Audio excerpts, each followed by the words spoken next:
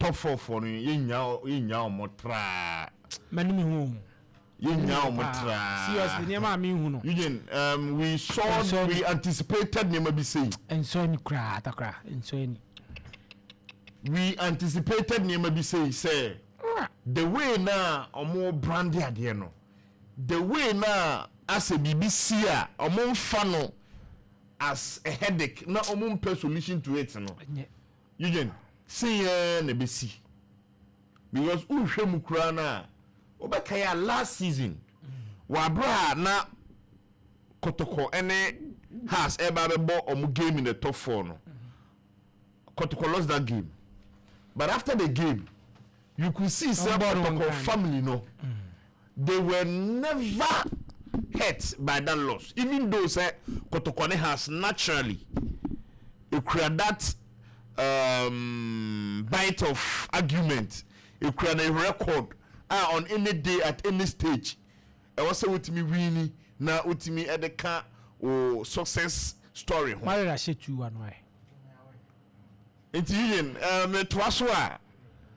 I think say until say omo die football na no me omadwene say omo pe away na omama competition no any abenyam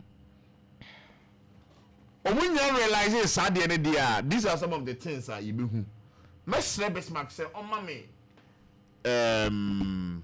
image no na atie from Facebook no me mediama against Gold Stars enyo virtually an empty we kwa de you can say the virtually bad say all the virtually bad that say some supporters came but any impressive but with this there is no person seen within the stands and I think that they look wrong I don't come so commentary hey I say football no about to the lowest Eugene me da me who say GHALCA top 4 no emfa ne ntoma pemfra yie emfa ne ntoma pemfra da when John Ansah came to defend say house of folk pulling no more pulling out no and you pulling out because ono no when you say house of folk at the letter baba to the table so omo demand for reschedule of dates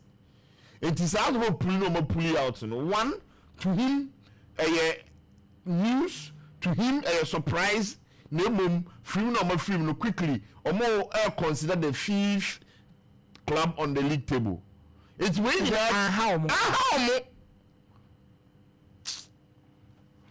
let me say how mono the two sides of the coin one as an organizers you should give all clubs within jurisdiction the equal diameters. I'm basically crank. I'm they also how when they say in every country league ebiano your clubs are more unique than other clubs. Ebini Kotoko. It is a competition to start a new season. Not all about who more Eugene. At the agency, at the electoral competition, at the eagerness, at the hungry for success, ever competition. This is a competition already. There is no prize money for the club I will be winning. It's Eugene. I never been as organizer. Oh yeah. I was say promo game no. Busa was say time ana GHALCA yes in the year 2002, 2003, 2004 no. Eugene, when you say your jingle. Coca-Cola top 4. Me away pa. No, you put jingle on radio, on TV. No, you're doing that. If you are still calling him, the air calling him. Now, no person must stay relevant now because you're more Mudin and Saint, you know. The leaders now are the GHALCA leaders, you bet me I say they are not dynamic. They are not dynamic in their work.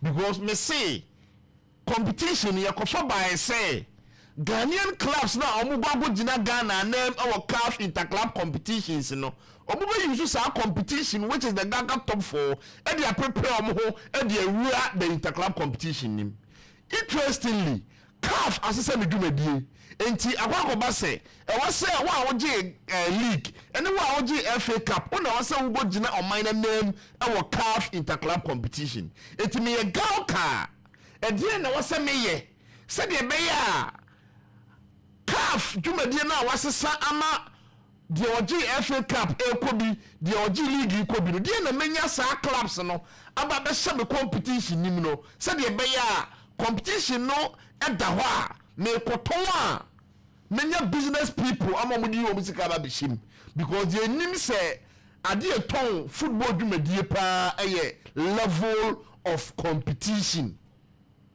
anything a brand bebre edu World Cup no be push say or in sika goma FIFA. So within that period, young turn a brand because the World Cup is highly competitive. Would you all but near break? Wow, hence when near break. It's you all power there or you in your recognition organization ne pay. It's a competition there. Ansah na Obaba Park and so now what's what's not them? No why you want to say it.